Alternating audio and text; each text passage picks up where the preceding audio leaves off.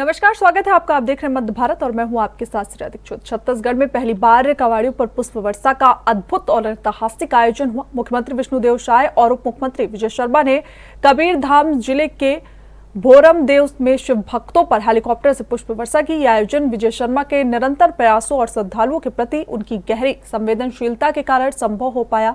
इस दौरान उप मुख्यमंत्री ने कहा कि कभी सनातनियों पर लाठी बरसती थी, अब भोले बाबा के भक्तों पर पुष्प बरस रहे हैं। इस कार्यक्रम में छत्तीसगढ़ की धार्मिक परंपराओं और संस्कृति को एक नई दिशा दी है।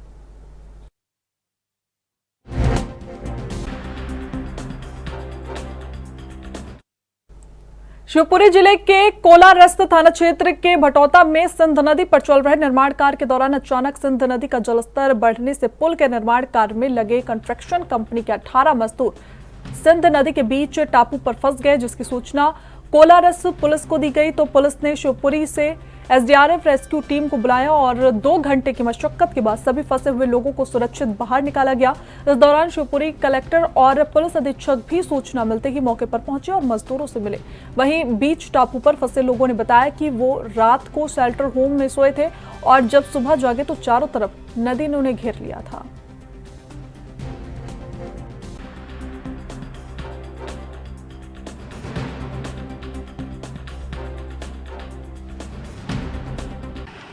अब जो लोग फंस गए थे वो कैसे फंसे थे? रात में काम चल रहा, रात में मालूम नहीं था पानी कब पड़ेगा। पहले भी उतरा चढ़ा है तो निकल जाता था, कोई दिक्कत नहीं। कितने बजे चढ़ा हुआ पानी लोगों? ये रात के 2-2:30 बजे। 2-2:30 बजे। तो आप लोगों को सुबह जब नींद हुई तब पता पड़ा या रात में पता पड़ा? सुबह मालूम। फिर कैसे आपने मैसेज किया? वैसे फ़ोन किया। अच्छा, यहाँ पर अपना प्लांट है साइड में, वो लोग आ गए, उनको मालूम। कितने टोटल लोग थे? 18। कौन सी कंपनी का काम चल रहा है? ओके कंपनी से। कहाँ के हैं सारे लोग? राजस्थान के भी हैं जी, एमपी, रतलाम और यहाँ पौरी जी। कब से चल रहा था यहाँ पर काम? यहाँ पे तो 8-9 महीने। अभी तक लास्ट काम कब तक किया था आपने? लास्ट रात नाइट में किया ना, 10 बजे।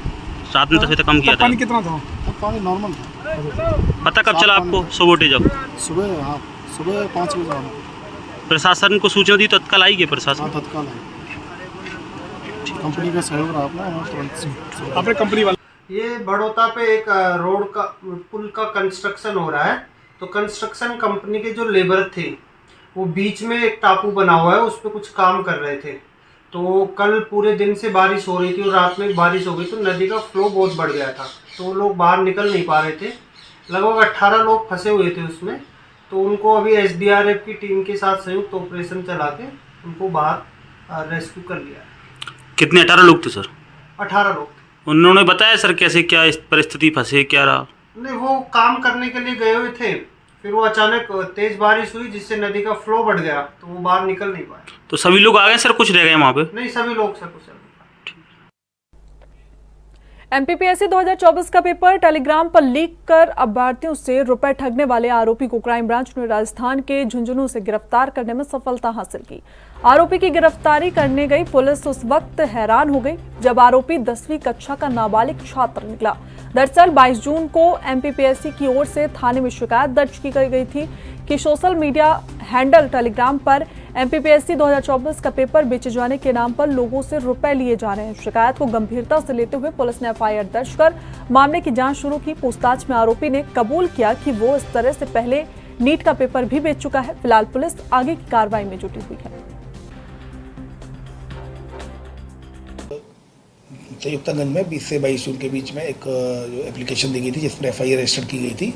छात्रों के साथ फ्रॉड हुआ था। छात्रों के द्वारा ये बताया गया कि एमपीपीएससी लीक पेपर 2024 के तहत टेलीग्राम पर एक साइट बनाई गई थी और जिसमें कि ये बताया गया था कि जो भी लीक पेपर से लोग जुड़ जाएं, तो चूँकि इस तरह की साइट थी टेलीग्राम पर, कई लोग इसमें जुड़ते चले गए और फिर उन्होंने इसने ये भी बोला कि एक डिफरेंट आईडी अगर आपको पेपर चाहिए तो फिर इस आईडी में पैसा जमा करिए। तो स्टूडेंट्स के द्वारा पैसा जमा कर दिया गया, फिर उसमें उनको ब्लॉक कर दिया गया। तो इस पर कंप्लेंट हुई थी संयुक्तागंज में, जिसमें एफआईआर रजिस्टर किया कर इन्वेस्टिगेशन लिया गया था इसमें जब पता किया गया तो जो उसमें जो QR कोड था जो पेमेंट के लिए, उसमें पेमेंट गेटवे से जानकारी ली गई। जानकारी के आधार पर और मेल और इन सारी चीज़ों की जानकारी लेने पर जो आइडेंटिफिकेशन हुई झालावाड़ में एक नाबालिग स्टूडेंट जो 10वीं क्लास का छात्र है उसके रूप में हुई। जब उससे पूछताछ की गई तो उसके द्वारा एक्सेप्ट कर लिया गया कि उसी के द्वारा इस तरह का बनाया गया था। चूँकि उसका मोबाइल जब उससे पूछा गया मोबाइल तो बताया गया कि मोबाइल उसका ऑलरेडी पहले इसने नीट का ही बनाया था, जिसमें कि CBI के द्वारा वो जब्त कर लिया गया है। इसके द्वारा यह भी बताया गया था कि उस समय EDB आई थी, तो अभी पूछताछ में उसके द्वारा एक्सेप्ट भी कर लिया गया है